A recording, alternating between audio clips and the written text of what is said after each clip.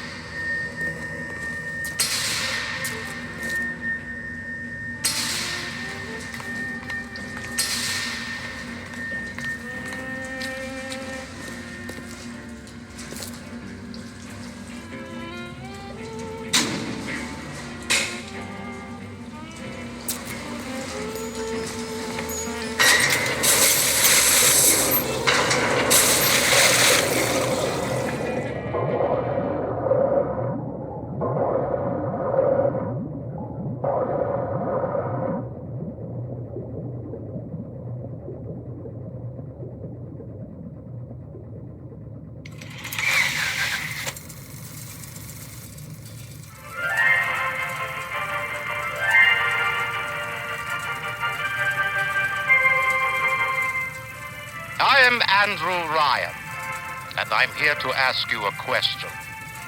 Is a man not entitled to the sweat of his brow? No, says the man in Washington, it belongs to the poor. No, says the man in the Vatican, it belongs to God.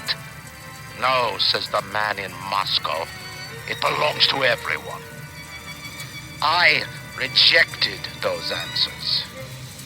Instead, I chose something different. I chose the impossible. I chose rapture.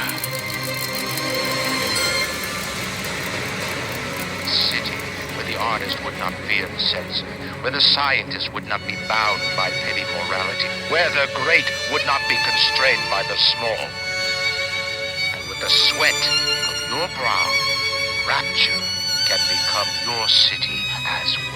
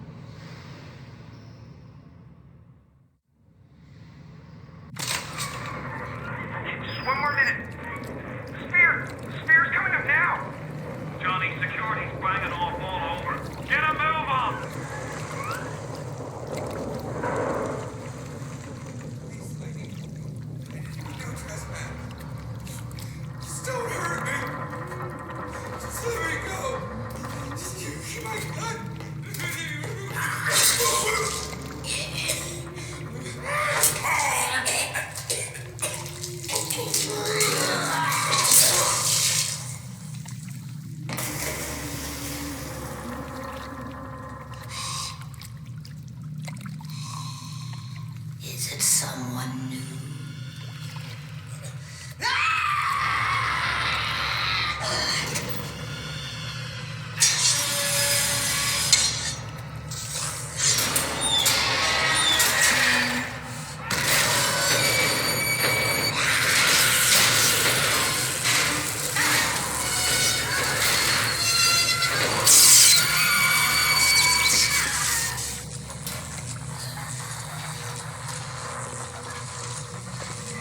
Would you kindly pick up that shortwave radio?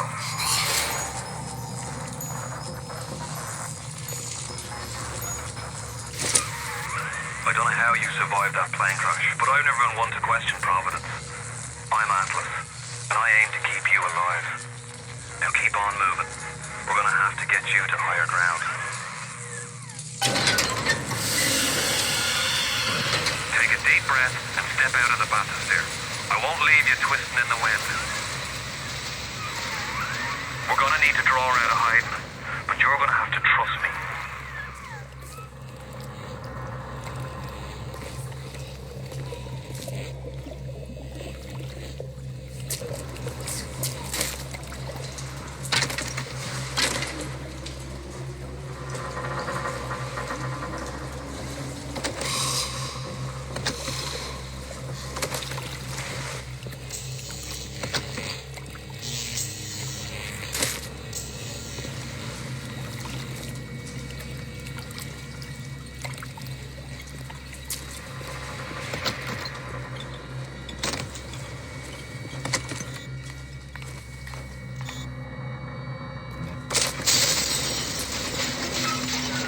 Just a bit further.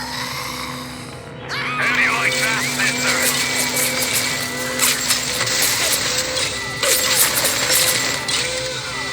Now, would you kindly find a crowbar or something? Bloody splicer. Seal Johnny in before they... Goddamn splicers.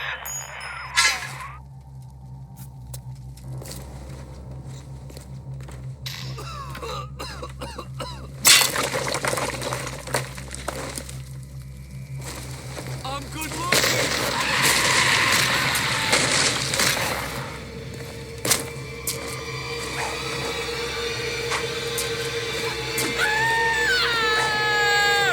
Come back, please.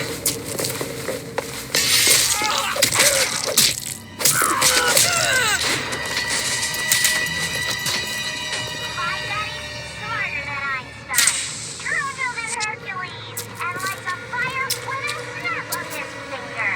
Are you as good as my daddy, mister? Not if you don't visit the Gatherer's Garden, you aren't. Smart daddies get spliced at the garden.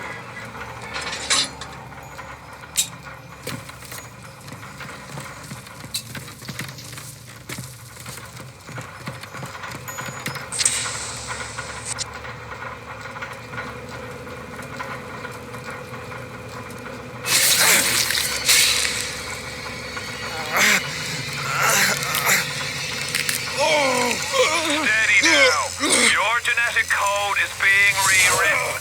Just hold on and everything will be fine.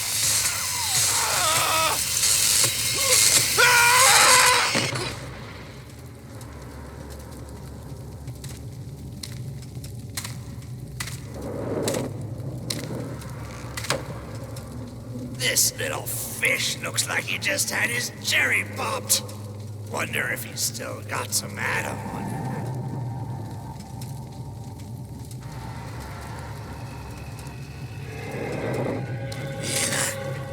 Let's buck. Weak!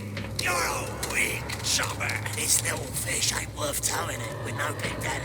Yellow, always have been. You'll be no better off with a metal daddy, little fish. See you floating from my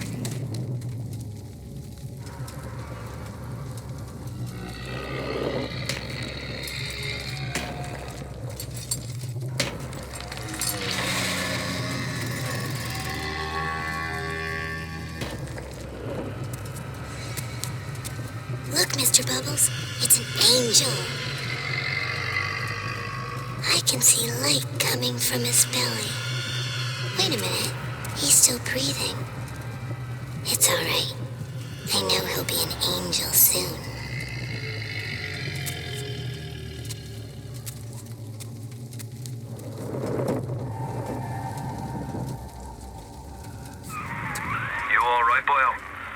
First time plasmid's a real kick from a mule. But there's nothing like a fistful of lightning now, is there?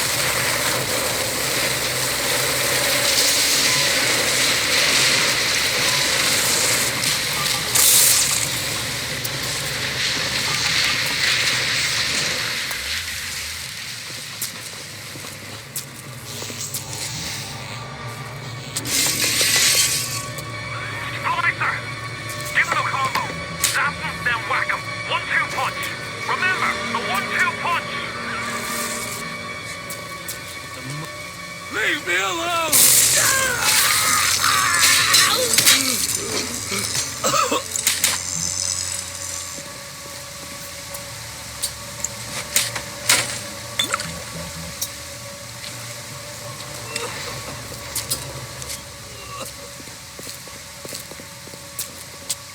I can control. No!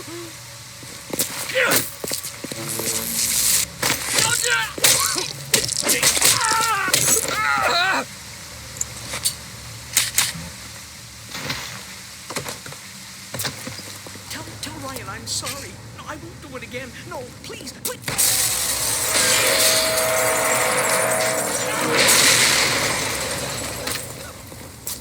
Call the cops on me?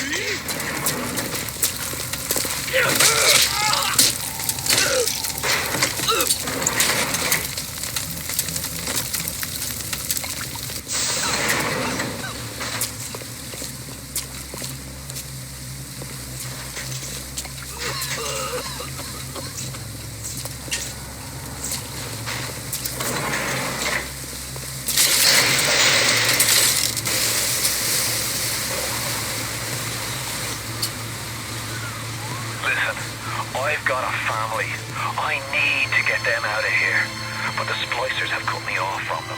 If you can reach them in Neptune's bounty, then maybe, just maybe. I know you must feel like the unluckiest man in the world right now. But you're the only hope I'll ever see my wife and child again. Go to Neptune's bounty. Find my family, please.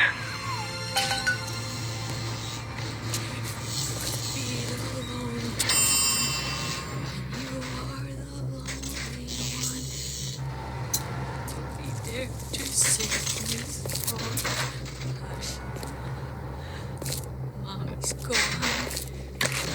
What did I do? Wait. This has happened before? And none? Why aren't you here? Why is baby and me? Baby and Plasmids changed everything. They destroyed our bodies, our minds. We couldn't handle it. Best friends butchering one another. Babies strangled in cribs. The whole city went to hell. If I didn't care more than words I'll do what I want. It's my Anna. I earned it. If I didn't care, would I feel this way?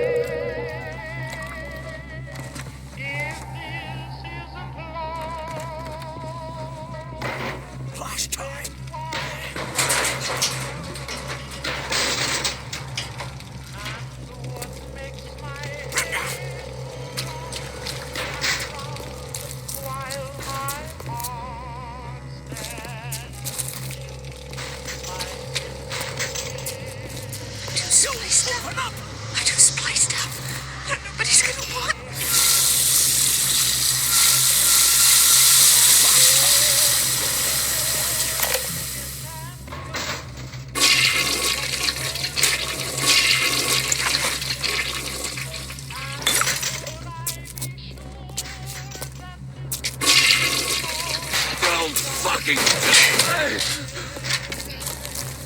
You open up!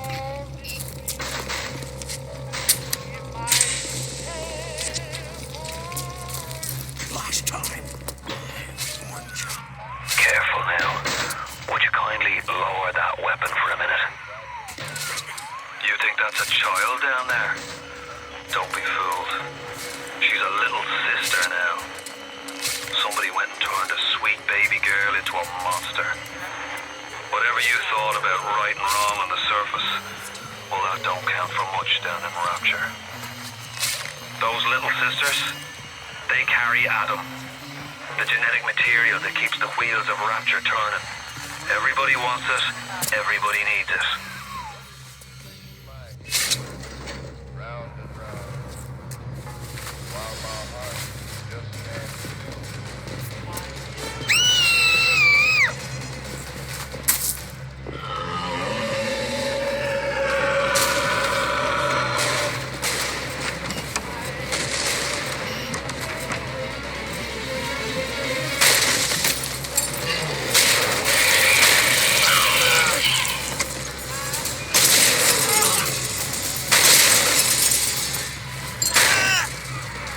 That's the big daddy.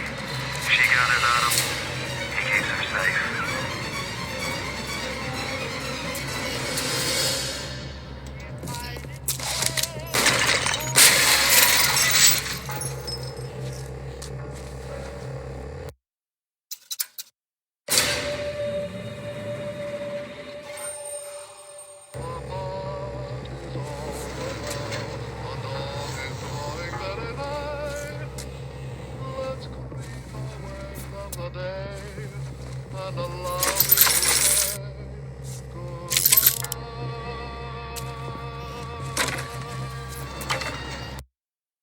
Hey, I'm Jeff Keighley here in Boston to go behind the scenes to hear some untold stories about the making of BioShock with Ken Levine and Sean Robertson.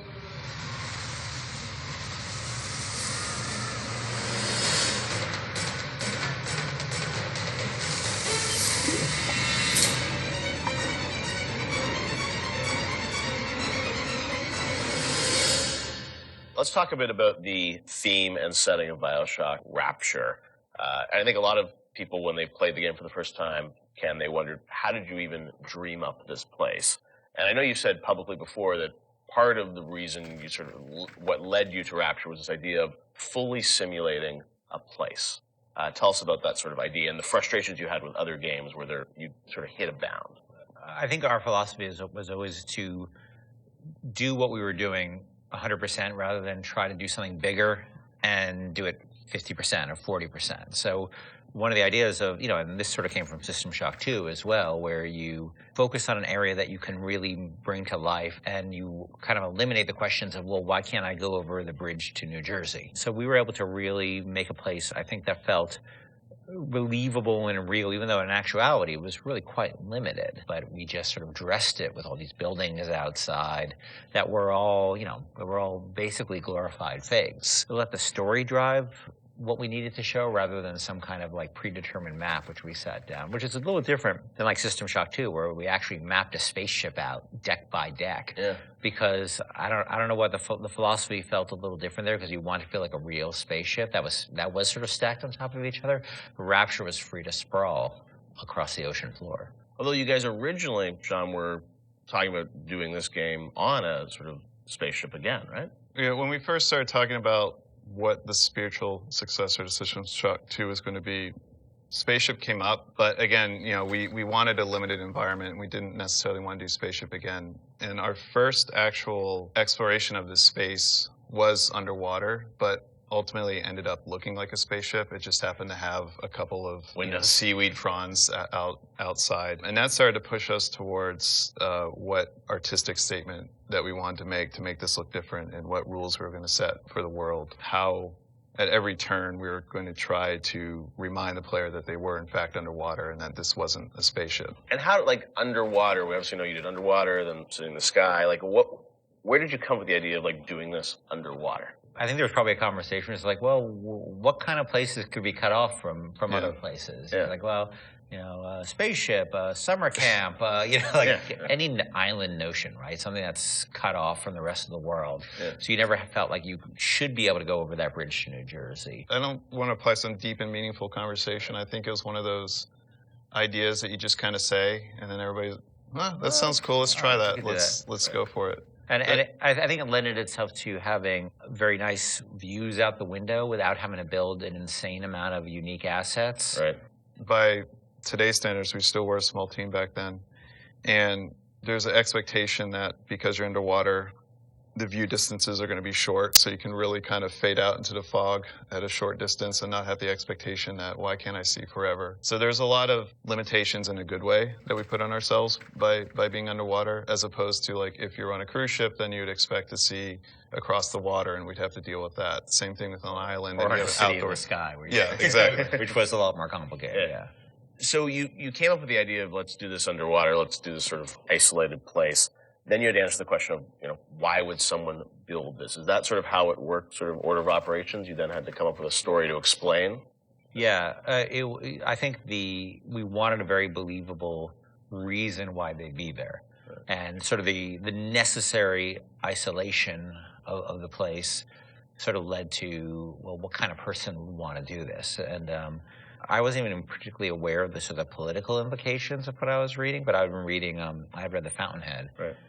By Ayn Rand, and I mostly thought it was an interesting story. Like, I didn't realize that people were sort of basing their sort of political lives around it, because I wasn't that tuned in to that stuff at that point. And so, but I love the dialogue and the kind of speechifying in it, because you can see a video game character speaking with that kind of certainty and that kind of confident philosophy. It just seemed like a natural kind of thing to apply to this place. And so it just sort of all came together as a sort of who is the guy who would do this? Well, that character.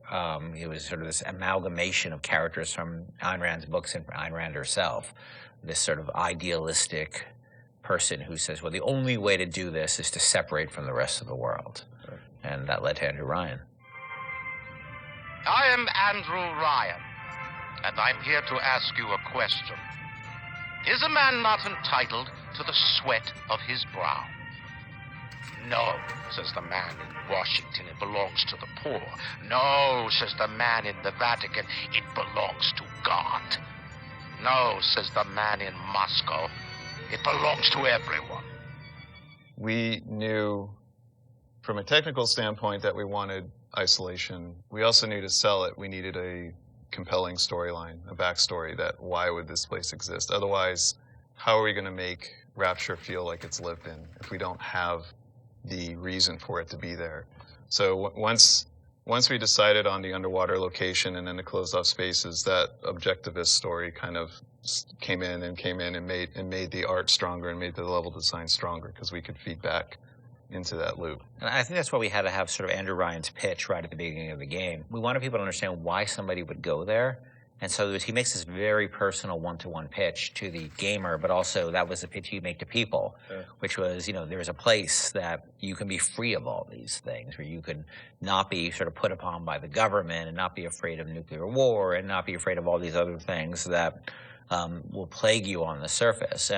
We wanted that pitch to sort of resonate and make sense, because that's otherwise by the time you got there you'd be like, well, this place is just fantasy, nobody would ever come here. And then the beauty of the place was also tied into that. It had to be a very attractive proposition, or people who would believe that people would go leave their lives and go to the bottom of the ocean. I'm sure in some ways you had to convince the team and enroll them in your sort of vision of who this character was going to be and what the setting was going to be. How did that work, Sean? I mean, did Ken come in and say, hey, I've been reading these books, and I think we could sort of... I believe he just came in one day on a horse and said, Ayn Rand, everybody read The Fountainhead. Exactly. I bought 30 copies of it.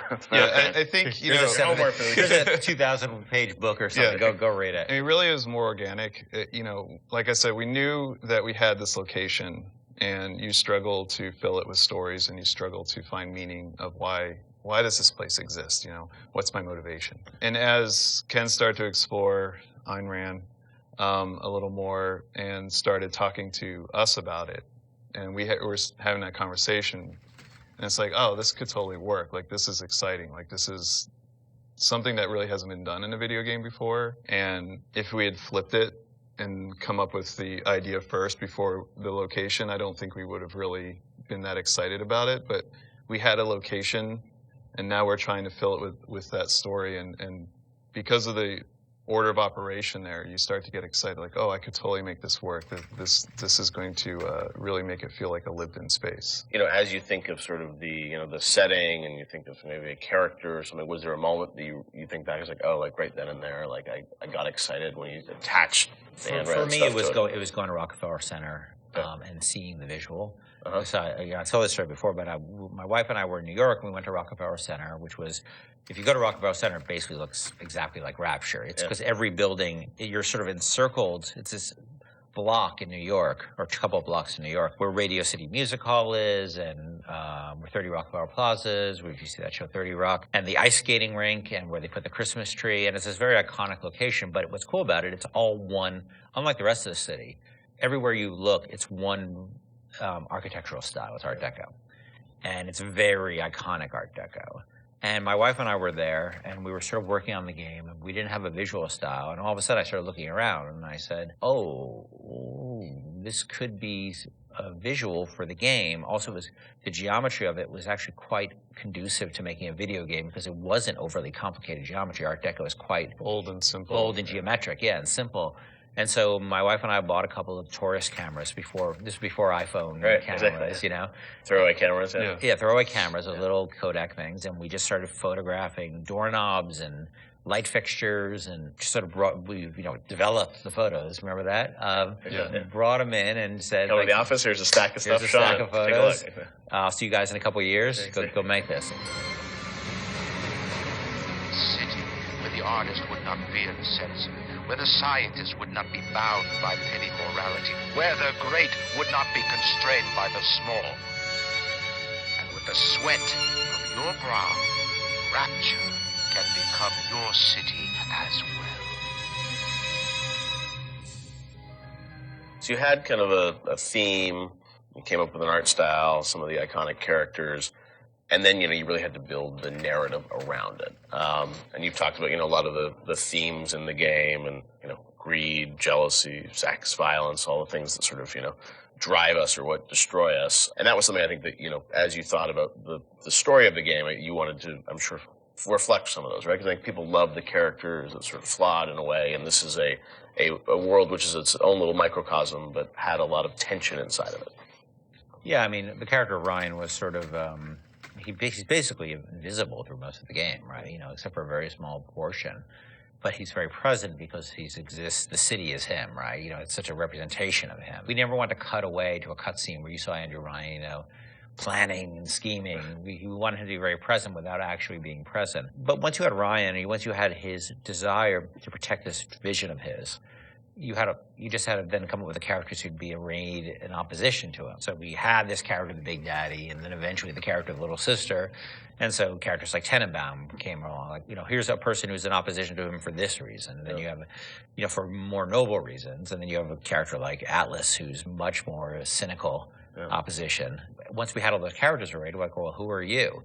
And, you ended up being a sort of, a pawn in the middle of all this opposition to Ryan. We just kept sort of homing in on that theme and making sure that you weren't, eventually figuring out that you couldn't just be here by an accident, that you're an integral part of this story, even though you don't know you're an integral part of this story. You think you're just there by happenstance. Look, Mr. Bubbles, it's an angel. I can see light coming from his belly. Wait a minute, he's still breathing. It's all right. I know he'll be an angel soon.